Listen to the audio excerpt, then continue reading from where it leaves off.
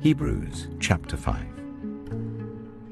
Every high priest is selected from among the people and is appointed to represent the people in matters related to God, to offer gifts and sacrifices for sins.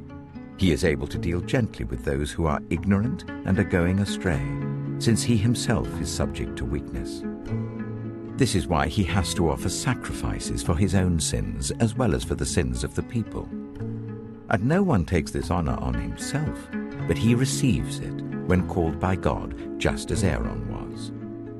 In the same way, Christ did not take on himself the glory of becoming a high priest, but God said to him, "You are my son. Today I have become your father." And he says in another place, "You are a priest forever in the order of Melchizedek."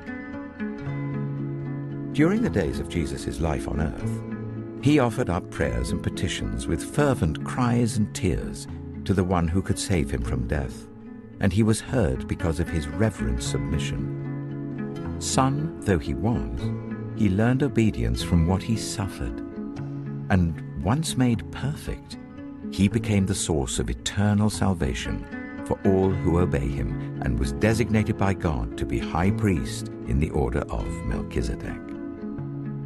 We have much to say about this, but it is hard to make it clear to you because you no longer try to understand.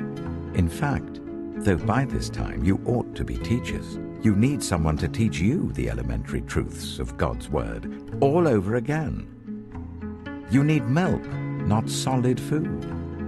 Anyone who lives on milk, being still an infant, is not acquainted with the teaching about righteousness, but solid food is for the mature, who by constant use have trained themselves to distinguish good from evil.